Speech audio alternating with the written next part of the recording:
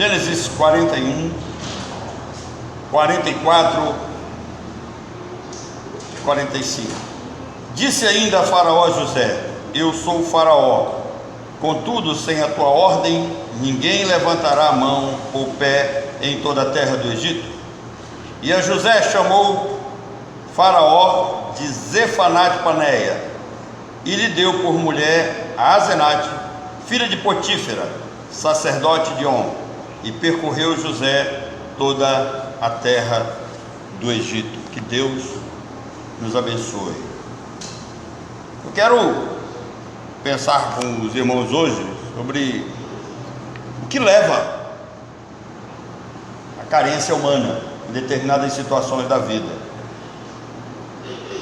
Em 1909, o dinamarquês Ludwig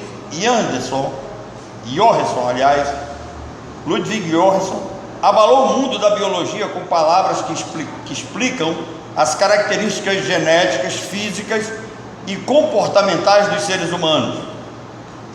Ludwig pegou certas palavras e essas palavras descrevem o nosso comportamento.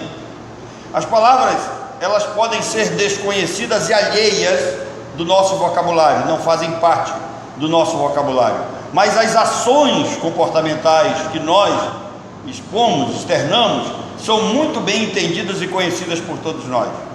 Tais palavras devem ser aprendidas por nós para que possamos identificar quando estejamos assim precisando fazer uma análise mais profunda do nosso ser. Primeiro, essas palavras nos levam a entender a nossa composição genética, ou seja, essas palavras, uma delas nos faz ver o nosso avesso, entender o nosso avesso. Avesso é o homem visto por dentro, é o homem alma, o homem pensamento, o homem sentimento, aquele homem a qual você não vê. Tem um adágio popular que diz por aí que coração dos outros é terra que ninguém anda, porque ninguém vê. Segundo, essas palavras descrevem as nossas ações no ambiente em que vivemos.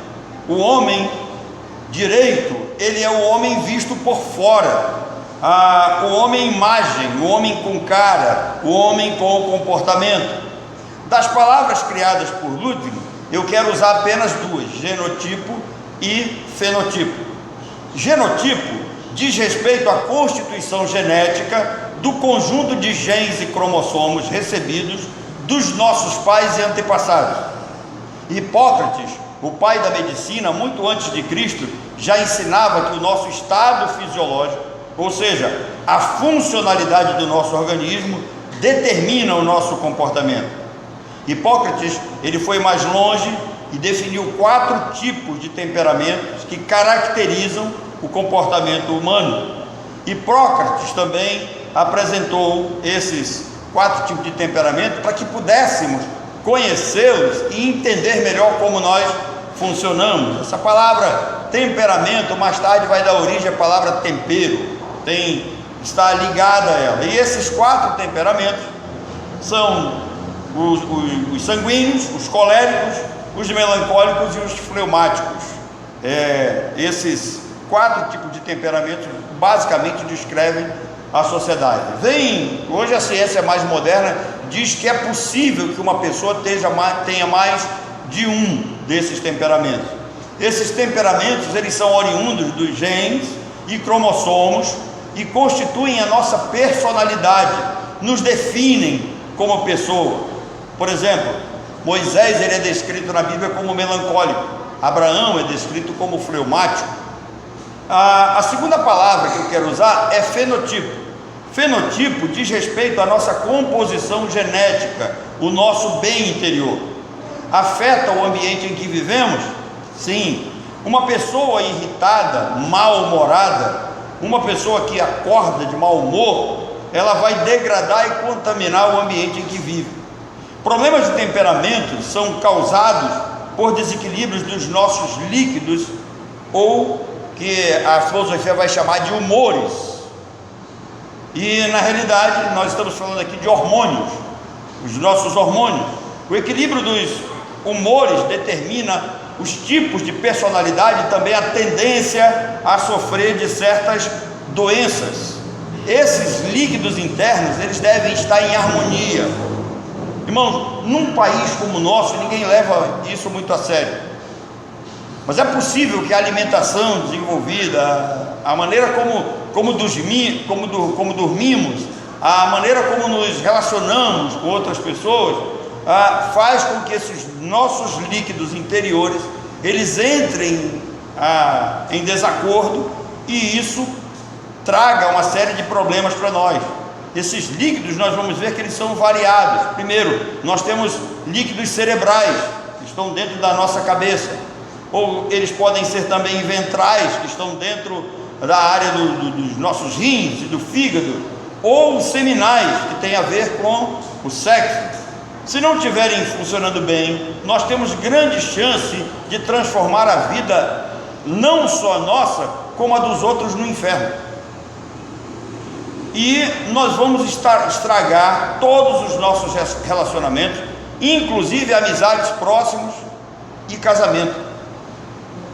Isso é importante porque é possível que precisamos de tratamento médico para parar de ver erros e defeitos naquilo que na realidade está em nós. Se tratarmos o genotipo, o fenotipo muda e a vida a dois passa a ser mais colorida, com mais sabor e com mais satisfação, porque são os genes e os humores que determinam o fenotipo de um ser. Potifar, e agora eu quero pegar essas questões e aplicar para a vida de Potifar e sua esposa. Potifar, ele era, alguns textos vão dizer que ele era eunuco de Faraó. Eunuco no hebraico e também no aramaico é saris, uma espécie de mordomo não castrado, de alta confiança, encarregado dos aposentos das rainhas e dos haréns dos reis. Potifar passava muito tempo fora de casa, a ponto de precisar de um homem de confiança para cuidar da sua casa e dos seus bens. Potifar era casado com uma mulher que a Bíblia não menciona o nome. A Record recentemente disse que o nome dela era Sate, mas segundo, eles tiraram isso de um livro apócrifo. Na realidade, a Cabala judaica vai dizer para nós que o nome dela era Neferíades. Olha, quando nós olhamos para dentro da casa de Potifar, nós vamos ver que tem um problema. E por que nós vamos identificar esse problema? Nós vamos ver uma mulher completamente em desarmonia, nós vamos ver um homem ausente, e aí essa mulher jovem, bonita, atraente, carente, com todas as suas deficiências hormonais, ela olha para dentro de casa, quem ela vê? José. Ela olha para fora de casa, quem ela vê? José. A Bíblia descreve José como um jovem bonito. Ele era muito atraente e também, devido aos seus líquidos, estarem em desordem, essa mulher talvez pudesse ver muito mais do que José era. Ela começou a olhar José com paixão. Ela começou a ver aquele homem dentro da sua casa e a ausência do seu marido, e começou a desejar aquilo que não era seu. Essa mulher começou a mostrar toda a sua sensualidade e a provocar José num ambiente propício para o fluir de uma louca paixão. Cheia de sonhos e desejos, com um coração lascivo e apaixonado, ela disse a José: deita-te comigo. Uma mulher, quando chega a esse ponto, ela está disposta a tudo. E uma mulher disposta a tudo, ela também é capaz de prejudicar a reputação daquele que a rejeita. Esse fato, quando essa mulher rejeitada, ela cria esse ódio em José, e ela acaba denunciando José por um ato que José não fez. Esse fato inspirou uma lei, a lei 12.015/2009, que juntou a tipificação do artigo 213 do Código Penal, as condutas de estupro e atentado violento ao pudor, denominada de síndrome da mulher de Potifar. Então, essa ação da mulher de Potifar, o fato de ela ter sido rejeitada e ela denunciar José injustamente, criou essa lei. Então hoje no Brasil nós temos uma lei que diz respeito à acusação falsa de estupro. Se foi identificada essa mulher enquadrada nessa lei. Agora, vamos juntar os dois lados da moeda e retirar algumas lições para nós, que é isso que interessa. Geralmente, quando nos deparamos com uma situação de traição e adultério, nós agimos de modo moralista e condenamos as vítimas sem analisar os fatos. Mas observem o seguinte: primeiro, Potifar cuidava muito bem das mulheres de Faraó e possivelmente dava o mesmo tratamento para sua esposa, ou seja, ele protegia, ele não deixava que elas fossem usadas, ele não as usava, ele respeitava as mulheres de Faraó. Da mesma forma, é possível que ele agisse dentro da sua própria casa. Ele tinha uma mulher muito bonita e tratava ela como se fosse uma espécie de bebelô. Eles não tinham uma vida realmente sexual ativa. Potifar, ele estava acostumado a um relacionamento burocrático, vamos dizer assim, com as mulheres de Faraó. Ele não as tocava, não se aproximava muito delas, ele tinha um tratamento respeitoso, e da mesma forma ele acaba levando esse tratamento para casa. Potifar pode nos levar a crer que ele não gostava muito da fruta, por isso ele é, em alguns manuscritos, chamado de eunuco. Eunuco é aquele que abre mão da sua masculinidade para poder viver uma vida nesses termos. Depois nós vamos ver algo mais de Potifar para poder explicar esse texto, porque nesse texto tem um enigma. Como aparece o nome Potífera, que é um nome feminino, e diz que ao mesmo tempo esse nome feminino era sacerdote. Isso tem a ver com a pessoa de Potifar. Mais tarde eu vou explicar isso para vocês. Mas a mulher de Potifar, ela era então muito jovem, bonita, com desejos e necessidade de ser amada. Irmãos, isso é uma carência nossa, isso é uma carência crucial. Todo ser humano tem necessidade de ser acolhido, de ser amado, de ser entendido. Todos nós temos carências de sermos abraçados, de sermos tocados. Nós temos necessidades biológicas. Por que as pessoas casam? Por que os seres humanos casam? Se você casou pensando em ter uma casa, para limpar essa casa, lavar roupa, cuidar de quintal, você está equivocado. Hoje tem funcionário que faz isso. Ninguém casa para isso. As pessoas casam para procriar, para terem relacionamentos íntimos, para se amarem, para suprirem essas carências. Isso não estava acontecendo na casa de Potifar. Potifar é um marido ausente e indiferente à sua mulher, e isso a deixava a cada dia mais nervosa. Seus fluidos borbulhavam no seu interior, seus hormônios em desacordo causavam extremos problemas para ela, e uma solução bela e barata estava ao alcance de seus olhos. Ela olhava dentro de casa e ela via José. Às vezes ela olhava de fora e ela via José. Essa mulher, ela poderia ter se dado bem. O fato é que ela não se deu bem porque ela não contava com o que diz Gênesis 39, versículo 2. Gênesis 39, verso 2 diz que o Senhor era com José. Então, se por um lado ela era protegida e cuidada por Potifar de maneira inadequada, por um outro lado, Deus cuidava de José de maneira adequada. Deus protegia o seu servo. E guarde logo esta verdade: é Deus quem nos guarda, é Deus quem nos protege. Então, o plano falhou, e como a paixão mora ao lado do ódio, dizem os poetas, ela mentiu condenando José. Aristóteles disse que a felicidade possui 4 fontes: a material, a sensual, a ética e a lógica. José foi parar na prisão por causa de uma acusação falsa, e lá ele interpreta os sonhos do copeiro e do padeiro. José disse que o copeiro seria reintegrado às suas funções, ele voltaria às suas funções em 3 dias, enquanto o padeiro seria executado em 3 dias. Uma vez concretizada a interpretação, José ganhou fama por interpretar sonhos, e ele acaba sendo convocado para interpretar um sonho que Faraó teve. José então sai da prisão para ser governador do Egito, e Potifar se torna servo de José. Preste atenção que o nosso enigma vai começar a ser desvendado. Segundo alguns rabinos cabalistas, Potifar era também uma espécie de sacerdote. Ele era um homem muito influente no reino de Faraó. Além do serviço militar, ele cuidava do harém e prestava culto aos deuses egípcios. Impressionado com José, o pagão Potifar mostrou quem realmente ele era.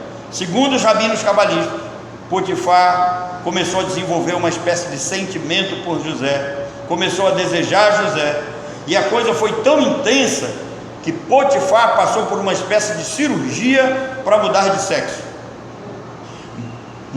Além disso, ele mudou o seu nome de Potifar para Potífera. Isso explica porque o nome feminino traz como na sequência a afirmação de que é um sacerdote.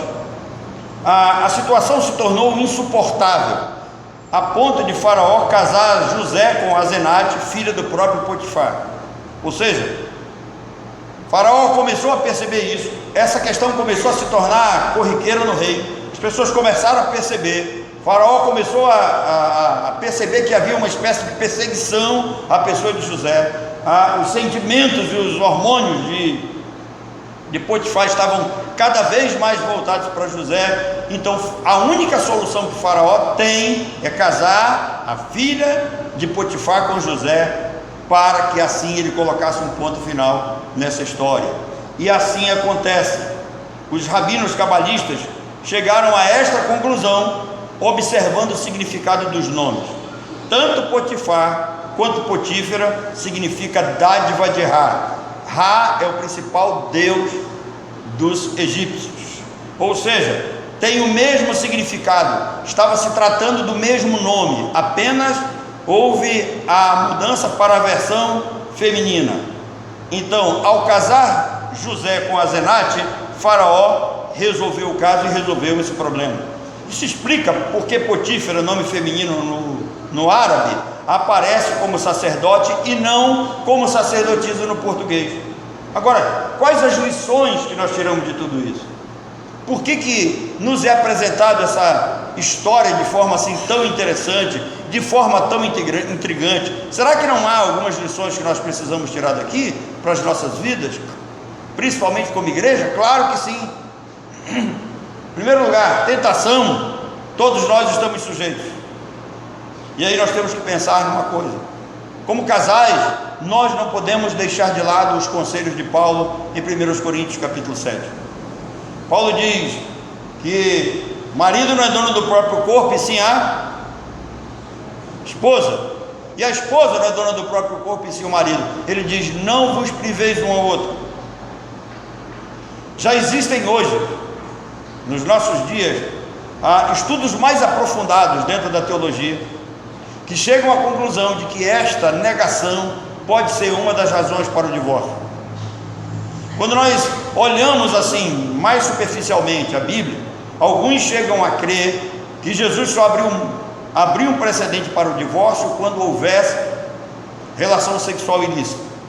Hoje, com estudos mais aprofundados dentro da teologia, alguns teólogos dizem que não. Uma das razões também que pode ser levada ao divórcio é a questão da agressão física. Nós não podemos condenar uma mulher a ficar apanhando a vida inteira simplesmente porque ela não pode se separar. Então, da mesma forma como seres humanos que vão receber essa negação, vão ser maltratados, vão ser tratados como uma coisa, jogados de lado, não podem também construir uma nova vida e serem felizes. Essas interrogações têm sido levantadas nos nossos dias, mas a recomendação de Paulo é que o esposo não é dono do corpo e sim a esposa não é dona do corpo e sim o esposo. E aí Paulo diz: não vos priveis um ao outro. Talvez vocês abram mão para orar. Agora, oração não demora muito. E aí ele diz: olha, e depois volta a juntar de novo, né, para que Satanás não vos tente. Então, esse é o primeiro conselho de Paulo: cuidado, cuide do seu casamento, não se prive um ao outro. Segundo, cuide dos seus fluidos, cuide do seu corpo, cuide dos seus hormônios. Muito do que você pensa, muito do que você deseja, pode vir dos seus hormônios descontrolados. Às vezes nós temos sempre o hábito de olhar e chamar de carnalidade, e chamar de mau caratismo, mas é possível que tenha um problema biológico aí também. Então cuide do seu corpo. Terceira lição: a tentação é sempre humana, irmão. A tentação é sempre humana. Tiago diz que nós somos tentados pela nossa própria cobiça, aquilo que nós temos no coração. Jesus disse que do coração do homem procede o quê? Maus desígnios, inclusive os adultérios. Está dentro de nós, faz parte da nossa natureza, faz parte do velho homem. É necessário que tenhamos uma vida de muita comunhão com Deus, para que isso seja colocado, vamos dizer assim, dentro de um controle. Paulo diz: fazei morrer a vossa natureza terrena. Então, a tentação é sempre humana, portanto natural. A única coisa sobrenatural que tem na tentação é o livramento que vem do Senhor. O Senhor não vai deixar sermos tentados além das nossas forças. Por que José não cai? Porque o Senhor era com ele, o Senhor o fortificou, o Senhor o guardou, o Senhor cuidou dele. E aqui nós concluímos lembrando da doutrina da perseverança dos santos. Você já ouviu falar nessa doutrina? Não pense que você é fiel, não pense que você não cai, não pense que você até agora tem vivido uma vida de comunhão com Deus e tem se livrado dessas tentações da vida por sua própria força. Não é. A doutrina da perseverança dos santos vai dizer que é Deus quem guarda você, é Deus quem cuida de você. Assim como Ele cuida dos pássaros, assim como Ele veste a erva do campo, Ele cuida de nós, Ele nos guarda. José foi vitorioso porque o Senhor estava com ele. Essa mulher, ela mostra para nós o seguinte: que um ser em busca da felicidade e da satisfação pessoal é capaz de tudo. Então nós temos uma mulher em busca de prazer, em busca de uma satisfação emocional, física. Ela é capaz de tudo. Por um lado, ela é capaz de dar amor. Por um outro lado, ela é capaz de odiar a ponto de apresentar um falso testemunho. Aliado a essas questões, nós temos ainda o diabo. O diabo sempre vai tirar proveito de nós. Ele está esperando uma oportunidade. Então é necessário que tenhamos cuidado, fechar as portas da tentação. Lembra daquele corinho antigo?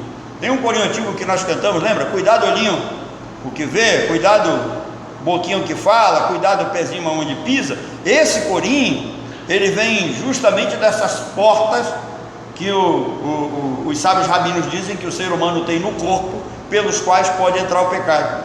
Quando a gente diz assim, cuidado olhinho o que vê, o olho é uma porta de tentação, é uma porta por onde entra o pecado. Cuidado ouvido o que ouve, uma porta. Cuidado boquinho que fala, outra porta. Cuidado mãozinho que pega, outra porta. Cuidado pezinho aonde pisa, outra porta. Órgãos genitais, outra porta. Então nós temos o inimigo que está aí em busca de tirar proveito de tudo. E mais ainda, nós temos o velho homem, que de vez em quando se manifesta, né? E a gente tem que manter ele controlado. Ele sempre aparece contra a nossa vontade, e geralmente aparece quando nós menos esperamos. Talvez eu e você estejamos assim como tanto Potifar quanto a sua esposa. Nós estejamos precisando fazer um check-up, precisando fazer uma avaliação dos nossos hormônios, para ver como estão os nossos líquidos, para poder entender o que nós temos na mente, como estamos pensando, como estamos agindo, como estamos procedendo. E a minha oração é que a boa mão do Senhor nos guarde, a fim de evitar a ilusão da sensualidade e da lascívia, que podem nos levar à queda. Essa história é uma história triste, é uma história trágica. Ela poderia ser uma história de uma família muito bem sucedida, ainda que não fosse do povo de Deus, mas um sacerdote, um grande chefe militar, um homem com uma moral respeitadíssima por cuidar do harém e das mulheres de seu senhor, ele acaba tendo seus próprios desejos desordenados, ele acaba por cometer uma espécie de loucura. Hoje em dia nós estamos vivendo num mundo em que nós parecemos surpresos quando nós vemos as ideologias aí chamadas ideologias de gênero tentando tomar conta da sociedade. Quando existem pessoas tentando fazer cirurgia para mudar de sexo, isso não é de hoje, O sábio Salomão diz que nada se faz novo debaixo do sol. Isso já era praticado no antigo Egito. Potifar passa por essa experiência, dizem os sábios cabalistas. Então, e às vezes nós estamos diante de textos que nós nem imaginamos o que acontece por trás dessas, ou entre essas linhas. E o que isso nos leva a pensar, irmão? Nos leva a pensar que nós temos um Deus, toda honra e toda glória deve ser dada a Ele. Para quem não sabe, se depois você lê o nome do José, foi mudado pelo faraó. Não sei se vocês sabem. Ele deixou de ser chamado de José, e no Egito ele passou a ser chamado de Zefanete Paneia. O significado dessa palavra é Deus fala e Deus vive.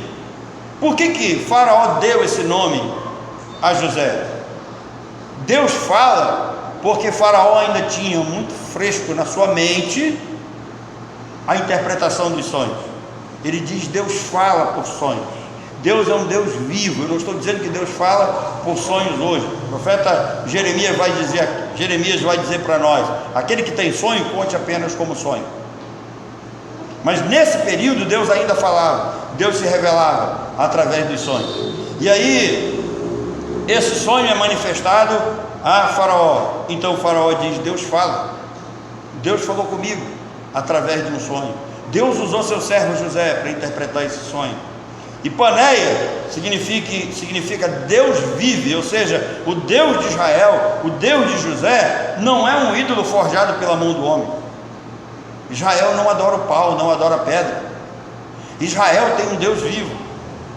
E isso, irmão, deve ser levado em consideração por nós. Toda essa história aqui deve nos fazer pensar nisso. Nós temos um Deus que é diferente de todos os demais deuses do mundo. Nós temos um Deus vivo. Nós temos um Deus que fala pela sua palavra. Nós temos um Deus que chama a nossa atenção, para que tenhamos cuidado, porque a sensualidade, o desejo lascivo sempre trarão consigo a derrota e o infortúnio. O sábio Salomão, interessante que ele disse que aquele que adultera com a mulher está fora de si. Somente quem quer se arruinar é quem faz tal coisa. E Deus guardou José disso. Deus é quem nos sustenta, é Ele quem nos guarda. A Ele então seja dada toda a honra e toda a glória. Que Deus nos abençoe.